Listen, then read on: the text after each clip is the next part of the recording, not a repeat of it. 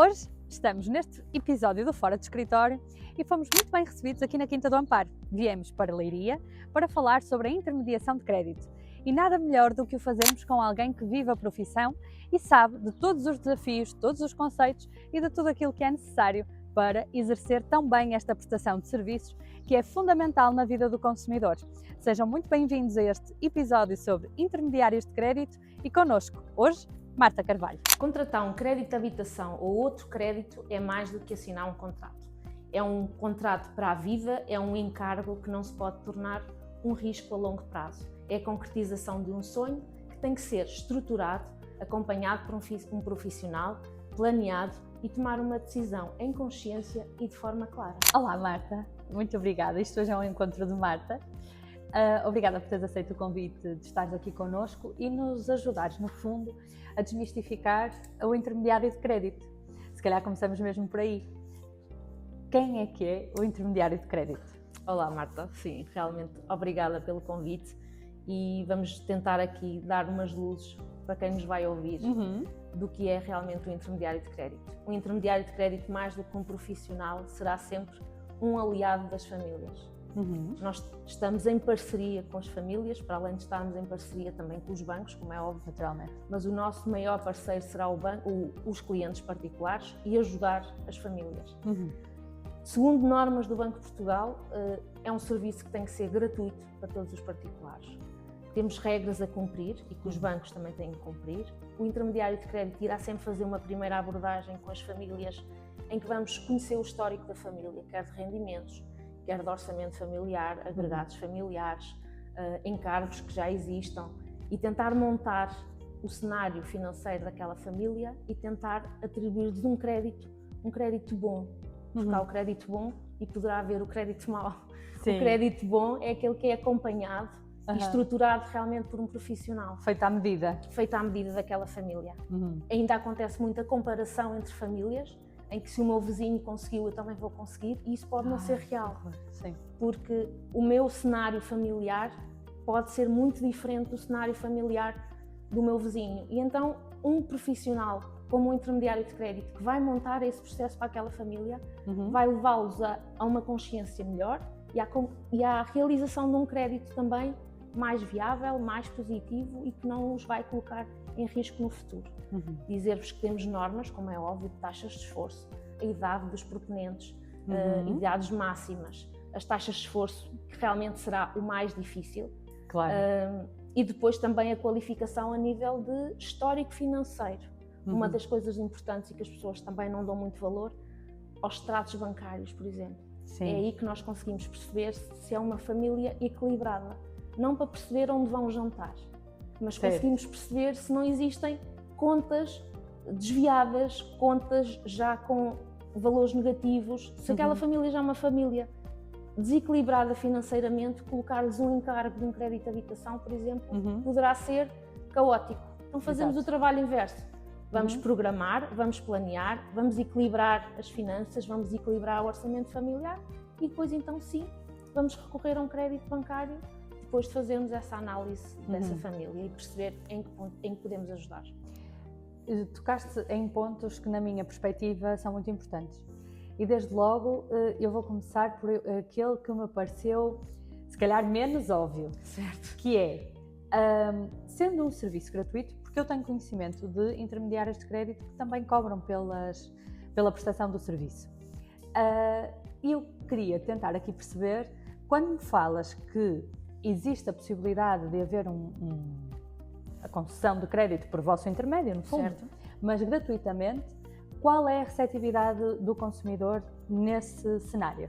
Ainda bem que perguntas, porque é, sem dúvida, a maior dúvida e acho que é o que torna aqui a nossa relação mais difícil.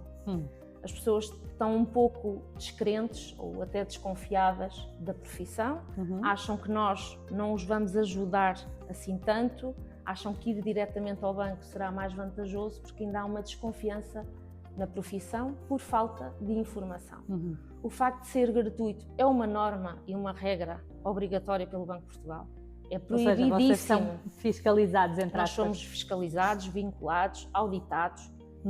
São regras bastante apertadas e é impensável poder cobrar dinheiro ao cliente particular. Isto é realmente um apoio para famílias e é gratuito. Claro que tu perguntas-me, Marta, vives do quê?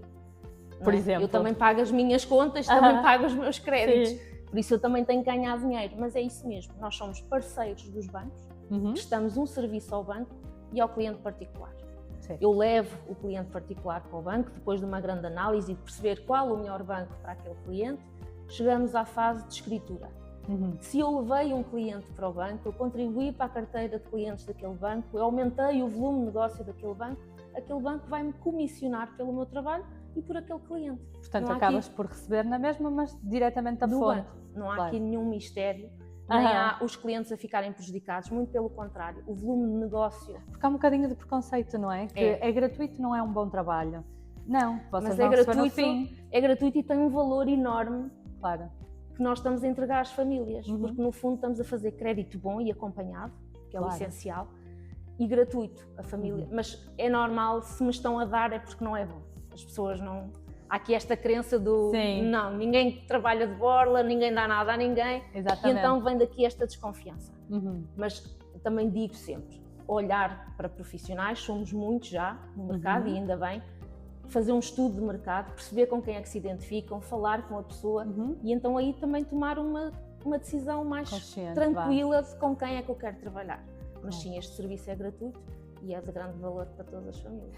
Isso sem dúvida, porque eu até acredito isto aqui não que eu esteja aqui para dar opiniões, mas para tentar transmitir alguma coisa com os convidados. Mas parece-me que é realmente um acompanhamento bom, porque vocês acabam por ter maior conhecimento sobre a realidade financeira e bancária, sobretudo. Sim. Porque há muito aquela ideia também, e eu irei voltar atrás às expressões que utilizaste, que eu acho que são pertinentes também explicarmos, mas porque há uma ideia muito tradicionalista, de que eu trabalho com aquele banco é o melhor banco de sempre e porque é que esta pessoa vem agora dizer não é esse banco dos meus avós, dos meus pais, da minha conta poupança de 10 anos e é um banco qualquer. Eu presumo que isso tem uma razão de ser, não é? Sim, tem, porque assim, existem N de ofertas no mercado, existem N de bancos, todos eles competem entre eles e todos os dias há campanhas diferentes em cada banco. Vocês têm acesso a isso? Nós temos acesso, estamos em contacto direto e diário com os bancos. Temos, claro, departamentos que fazem esse trabalho, que nos divulgam a informação. Também temos os balcões que nós trabalhamos de forma mais próxima, em que temos contactos diretos, em que fazemos questões e a todo momento, sempre que vamos para uma reunião com o cliente, sabemos o que é que está no mercado e qual é a melhor proposta de mercado. Não significa que seja a que o cliente quer escolher. Claro. Isso já são duas coisas diferentes. Distintas, claro. Apesar de termos uma melhor proposta, se a opção do cliente será manter-se no outro banco, também não me cabe a mim dizer que não vai, não é? Claro. Ele será sempre soberano e tomará sempre a sua decisão. Agora, essa é mais uma crença de que o banco de toda a vida será o melhor banco para mim. Isso pode não ser verdade para aquele momento. Claro. Não há uns melhores bancos que outros. Existem momentos diferentes de vida em que aquele banco fez sentido neste momento e que neste momento, nesta fase da minha vida, com a minha esposa ou até sozinho e que vou comprar casa, que já tenho um carro, poderá ter outro banco uma campanha mais favorável para mim. Exato. E que me vai aliviar o orçamento familiar. Não há necessidade de nós contratarmos uma taxa mais alta só para sermos fidelizados a um banco. Claro. Porque temos respeito e consideração por quem sempre nos atendeu, por quem temos relação e estima de há muito tempo. Com as pessoas, Mas também temos que olhar para a nossa carteira e para a nossa vida, e se eu posso poupar noutro banco, não significa que aquele deixou de ser bom, porque por vezes até usamos muitas transferências de crédito, ainda existem, clientes que vão à procura de outras condições noutro banco, e depois voltam ao banco da sua vida, e que naquele momento não fez sentido e mais tarde volta a fazer sentido, por isso isto é tudo um negócio, como é óbvio, existem campanhas, existem ofertas, e o cliente não se pode fidelizar a nenhum banco, porque poderá então estar a perder dinheiro. E é esse trabalho que nós temos que fazer com as famílias, é de consciência do que é melhor para cada uma delas. E consoante a bolsa de cada uma. A bolsa de cada uma, claro. Então, voltando aqui àquelas expressões que eu acho que, pelo menos no meu dia-a-dia, quando falo sobre elas com os clientes, não me parece que são muito conhecidas. designadamente, começaste por falar na questão da taxa de esforço. Exatamente. O que é este bicho-papão da taxa de esforço que só se deparam quando já não têm mais acesso a crédito por alguma razão? É mesmo isso, é o papão. A taxa de esforço é mesmo isso, estamos em esforço. A partir de que momento é que aquela família vai passar a estar em esforço no orçamento familiar? Ok. E esse esforço, normalmente, nós temos o rendimento mensal, não é? E depois existem N de cálculos, consoante o agregado familiar, consoante o rendimento, consoante também os suplementos que vêm, por vezes temos ajudas de custos, temos quilómetros, recibos verdes, se é trabalho efetivo, se não é efetivo. Tudo isso tem um cálculo muito específico, por isso é que não nos podemos comparar. Porque um salário líquido de uma pessoa pode não ser o mesmo de outro, basta ter uma rúbrica que não é vencimento base e ali os cálculos já vão. Mas podemos fazer por alto, para as pessoas terem uma ideia, 35% do rendimento terá disponível para o crédito de habitação. Não nos podemos esquecer que, entretanto, as pessoas já chegam até nós com o crédito automóvel, com o cartão de crédito, com o crédito pessoal que fizeram para obras e a taxa de esforço já está muito limitada ou no limite. E o facto de nós não nos conseguirmos, as pessoas esquecem-se que estão a contratar, eu costumo dizer, é a compra mais cara da sua vida. Sim. É a casa. E durante mais tempo. Nós passamos praticamente uma vida a pagar a casa. E é impensável nunca mais olhar para aquele contrato. Mas é possível, olha, desculpem interromper, mas é possível durante 30 anos, durante aqueles 30 anos, nós podemos renegociar esses contratos? A toda a hora. Okay. A toda a hora. Nós podemos fazer a escritura hoje e amanhã ir procurar melhor. Ok. Nós não estamos fidelizados. Tudo bem que existem taxas que podemos pagar por amortização antecipada e outros custos, mas que também, sendo analisados e planeados, a pessoa não vai ficar a perder dinheiro. Claro. Mas se eu questionar, e 90%, já estamos a melhorar, porque se calhar era 99%, se eu perguntasse qual o spread, não sei. Tens o seguro no banco ou o seguro fora, não sei. É impensável nós comprarmos. Nós estamos numa sociedade em que, em janeiro, faz muito crítica ao aumento de preços, ao aumento do combustível, ao aumento do pão, ao aumento das farinhas e dos cereais. E depois estamos 40 anos a pagar uma casa sem nunca olhar para ela, sem nunca olhar para o preço, sem nunca olhar para as condições. E por vezes existem infelicidades, uma doença, um desemprego, a ida de um filho para a universidade, que vem retirar valor àquele orçamento familiar. E aquele encargo continua ali. E a última coisa que nós fazemos é olhar para ele e perceber se eu posso melhorar isto. E então as famílias estão realmente em esforço. E a taxa de esforço, cada vez mais nós temos que diminuir a taxa de esforço, fazer face às Euribors, se sobem, se descem, para dar mais tranquilidade às famílias. Mas as famílias também têm que fazer aqui um passo importante, que é não se deixarem ficar 40 anos ou 30 anos sem negociar a compra mais cara da vida delas. No fundo, então, digamos que o intermediário vai também possibilitar este ajuste. Sim. Ou seja, durante a vida familiar, este orçamento pode ser revisto, seja no crédito de habitação, que eu me presumo ser a despesa maior que toda a gente tem, independentemente, mas estamos aqui a falar da questão do crédito e, portanto, a habitação própria, mas em todas as outras responsabilidades que exijam intervenção da banca. Portanto, vocês podem auxiliar em todas elas. Em todas elas. E chegam também muitos casos de pessoas que já querem negociar e bem, e que têm outros custos associados e que por alguma infelicidade tiveram que gastar o cartão de crédito ou pelo crédito automóvel. Com a subida agora das taxas foi muito visível isso, porque a prestação da casa duplicou, e se nós juntarmos lá ainda o crédito automóvel, o cartão de crédito, o crédito pessoal, por uma infelicidade que se teve que usar e contratar, os rendimentos estavam abaixo de zero. E então existe mais outro tipo de crédito que ainda é desconhecido. Já começamos normalmente nas transferências, em que nós fazemos a consolidação de todos os outros créditos que não são habitação. Conseguimos fazer uma segunda hipoteca à casa, chama-se o multi-opções, em que conseguimos, pelos prazos da habitação, pelas taxas da habitação, incluir um valor extra que vai liquidar todos os outros encargos. Claro que vamos pagar juros mais tempo, mas temos aqui dois cenários. Ou o rendimento e a família fica em risco, ou nós realmente aliviamos o orçamento e as pessoas voltam a respirar de novo e a poder viver de novo. E essa é uma das grandes soluções e boa solução para quem ainda tem taxa de esforço, não se deixa arrascar até ao risco e conseguir negociar atempadamente. Isso é ótimo. Sim, porque mesmo que fique agregado ao crédito de habitação, digamos que fica sempre ali. Mas como temos taxas, por exemplo, um crédito pessoal, falamos de 7 anos, um crédito da casa estamos a falar de 30, 35 e de 40. Portanto, isso acaba por reduzir a prestação. A prestação, sim.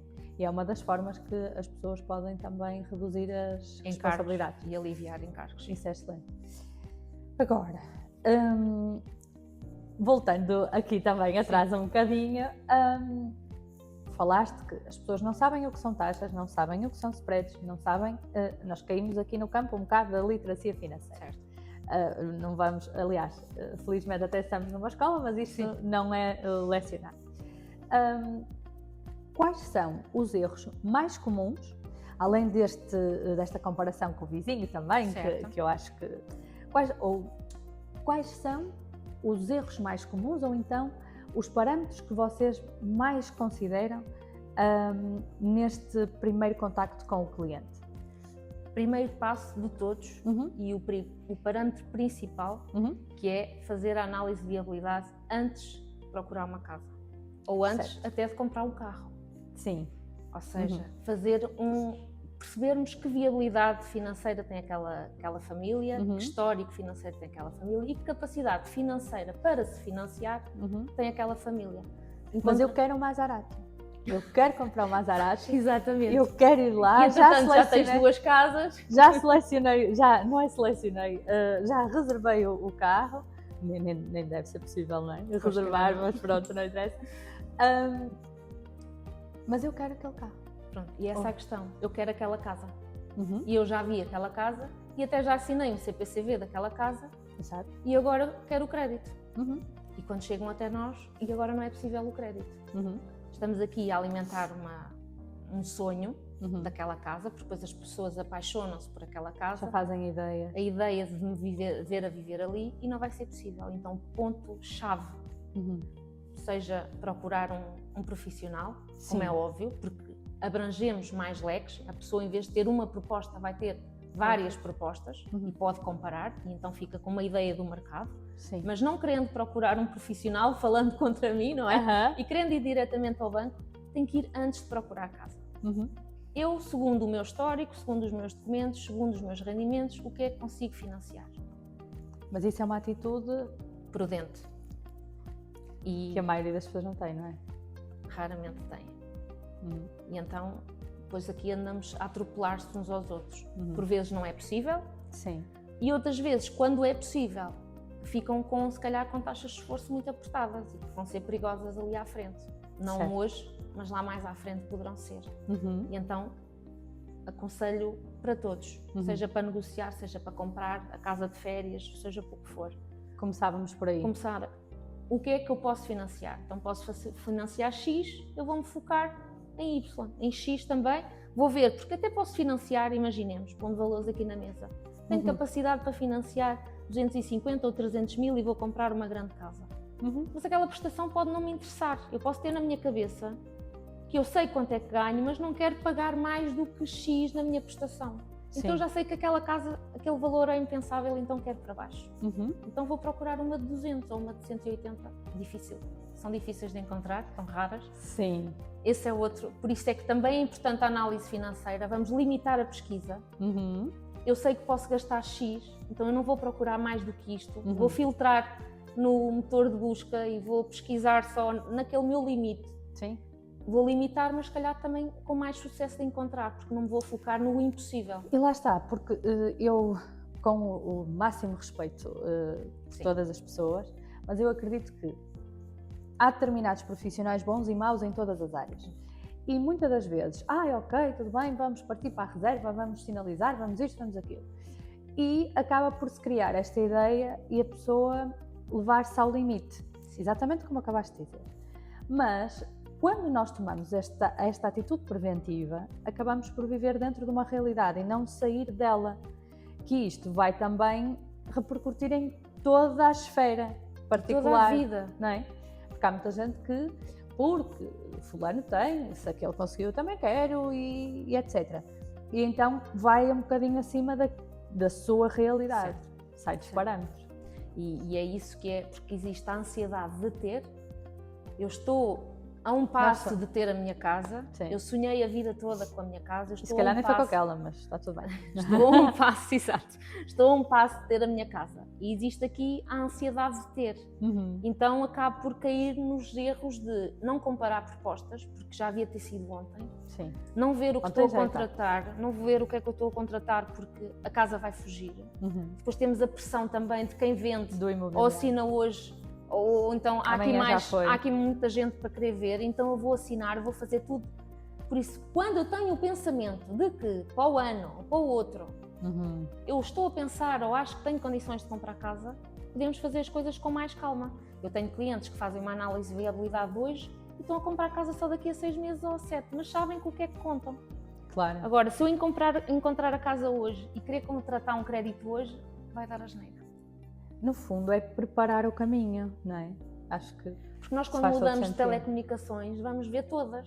Sim. Qual é que, quando eu mudo pacote lá de televisão, quando eu vou à gasolina, vou ver qual é que é o posto que tem mais barato. Ou que tenha as promoções. E eu vou comprar o bem mais precioso da minha família sem comparar nada. Sim. É um contrassenso. É o que vier à mão e está feito. É a ansiedade de ter e de conseguir. E eu isso entendo. É o sonho, é a casa, é a minha casa. Vou sair dos meus pais, é o meu teto. Vou construir um lar, vou construir uma família. Mas essa precipitação pode adoecer famílias.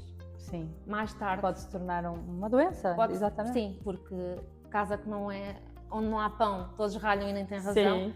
E sendo a habitação o maior bolo do rendimento, se houver depois contratempos no dia-a-dia, contratempos nos trabalhos, vai começar a ser um bolo muito grande e a dificuldade e vai destruturar tudo. Sim, não entrando muito por aí, mas vai desmoronar, vai desequilibrar os pilares da casa, não vai dar para a parte social, não vai dar para conviver com amigos, já não vai dar para aquelas férias, já não vai dar para aquele carro. Tudo junto. E essa ansiedade de, afinal, eu tenho uma casa, mas também não consigo viver, também não é isso que nós pretendemos.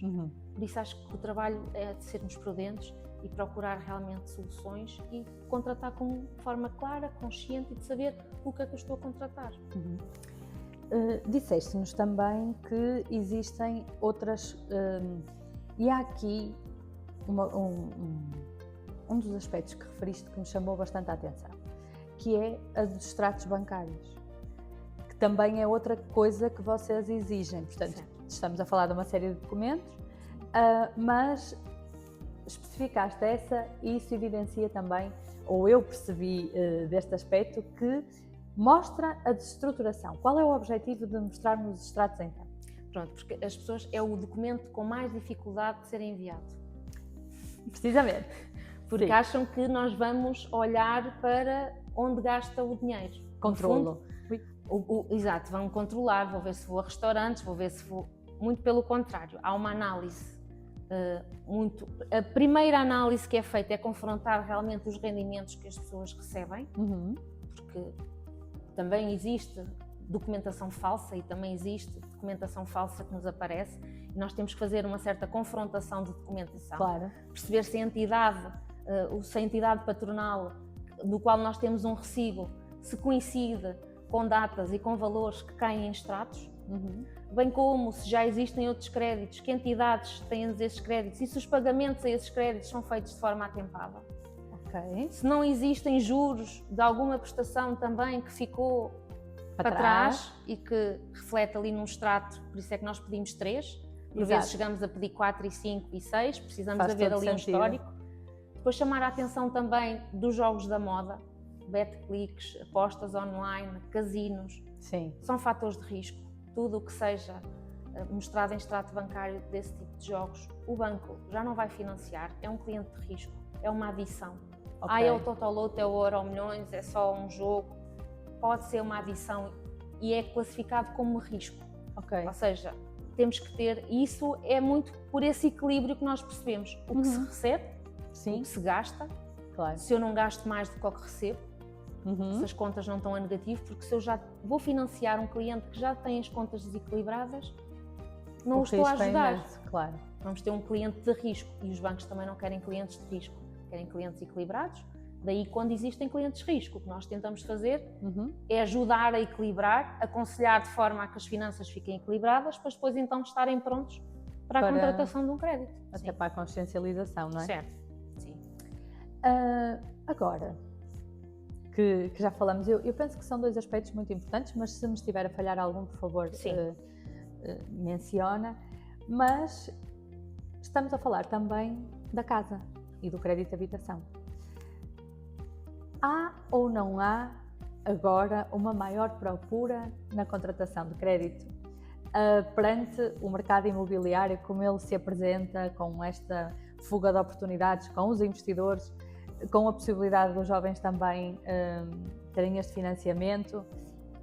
Qual é a tua perspectiva? Há uma grande procura, uma grande avalanche, principalmente de jovens, devido à medida do governo, do apoio jovem, financiamentos a 100%, porque os jovens não têm capitais próprios, os jovens não têm como investir, não têm poupanças para dar a entrada da primeira casa. Posso te interromper aqui? Sim.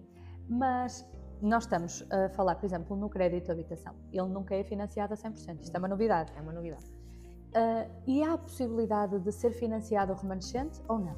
De todo. Ok. O erro, a não ser que exista taxa de esforço, mas é uma norma também do Banco de Portugal, é uma regra que é proibido financiar os capitais próprios, tal como o nome indica, capitais próprios. Ou seja, não é suposto nós nos endividarmos para a entrada da casa. Vamos estar a acumular taxa de esforço, não é? Vamos ainda ceder. Dívida, não é? E havia muito este erro há muitos anos que era recorrente e que só agora com esta subida das taxas houve muitas pessoas com esse susto porque financiaram em crédito pessoal os 10%. À revelia do crédito de habitação, faziam créditos paralelos, bem aconselhados, com a estratégia bem montada de forma a não ser visto ou não ser apanhado aquele crédito no mapa de responsabilidades para conseguirmos escriturar a casa. Mas isso depois é um encargo em cima de encargo. E o crédito pessoal é muito mais caro, não é? Exatamente. E quando o banco diz que temos capacidade para pagar 600, nós não temos capacidade para pagar 900 ou 1000. E era o que acontecia. A pessoa saía dali com crédito de habitação de um valor, mas depois, ontem, caiu-me na conta mais outro valor, que é o que eu vou dar de entrada. Os bancos também estão muito mais alertas para isso e já não é possível porque havia aqui este erro de confiar que existem capitais próprios. Então não era feita a questão de evidências de capitais próprios. Hoje em dia o banco questiona mesmo e pede a uma determinada altura do processo o comprovativo de capitais próprios, em que temos que apresentar extratos. Se for o pai que vai ajudar a pagar, se for um primo, um irmão, temos é que ter aqueles extratos de como aquele dinheiro existe. Exato. E assim, com algum tempo antes da contratação já não vai ser possível contratar, porque vai entrar em choque no mapa de responsabilidades e algum deles vai ter que cair. E depois só cai a casa ou cai o crédito pessoal. Claro. E então os bancos estão mais atentos e já estão a solicitar isso e já não tem sido tanto possível. Okay. Esta medida veio ajudar a que mais jovens procurem. Mas também estamos a falar de jovens que estão recentemente no mercado de trabalho, não têm muita estabilidade profissional e que os rendimentos são baixos. Exato. Estamos a falar do mercado imobiliário super inflacionado e que não existem casas nem valores de imóveis ajustados a esses jovens. Por isso temos muitos jovens a querer procurar, mas temos muitos jovens que não estão a conseguir encontrar, porque a sua capacidade financeira não está a corresponder ao imobiliário. O imobiliário está muito inflacionado e não estamos a conseguir. Alguns vão conseguindo, mas mais difícil. Dependemos sempre um bocadinho do mercado, não é? Sim. De uma maneira ou de outra estamos... Se há mais procura, vai inflacionar, vai aumentar, é óbvio, mas depois não vamos conseguir. A ideia da medida era realmente dar uma casa para jovens, mas não estamos a conseguir por isso mesmo. Porque não têm capacidade financeira para as comprar. Sim. Então é aqui um pau de dois bicos. Estamos quase a terminar a nossa conversa, mas eu gostava que tu nos deixasses um conselho para quem vai agora contratar pela primeira vez, vai se socorrer da banca ou um crédito ou algum cartão de crédito, enfim. Alguém que esteja a chegar à banca pela primeira vez, que tipo de conselho é que que lhes podes dar? Então, o meu maior conselho será sempre recorrer a um profissional. Procurem, existem N de intermediários de crédito. Antes de escolherem um, procurem, identifiquem-se, falem. Não vão sozinhos ao banco. Aliás, podem ir, eu até aconselho que vão ao banco, mas procurem na mesma um profissional. E juntos vamos fazer esse trabalho. Comparar aquilo que o banco ofereceu e propôs e aquilo que eu tenho para propor, e juntos não há aqui uma imposição, não há aqui uma fidelização, é sempre o cliente que tem a decisão final e para o bem dele, vamos analisar em conjunto. Por isso o conselho é sempre estudar várias propostas, analisar várias propostas, perceber que condições estão a contratar, perceber que produtos associados, ou seja, o que é que me estão a oferecer ou a impor que eu contrate para além do crédito de habitação, que seguros vou ter, que cartões vou ter, que obrigatoriedades, porque às vezes temos a obrigatoriedade de gastar um valor X no cartão de crédito, pode não ser necessário. Ou seja, analisar antes de ir comprar, fazer a análise, isso é essencial, comparar várias propostas e poder decidir de forma consciente e clara. Ou seja, eu quando me dirigir a alguém e perguntar que taxas tens, a pessoa dizer-me, eu tenho a taxa X e que sei que estou bem, porque fui acompanhado. E isso é que é realmente contratar com consciência para não se prejudicarem mais à frente. Certo. Sem dúvida. Comparar e planear e depois decidir. Sim. Isso é sem dúvida essencial. O fundamental. Sim. Marta, gostei muito de conversar contigo. E eu também. Obrigada pela tua disponibilidade. Obrigada. E até à próxima. Obrigada, Marta. Obrigada.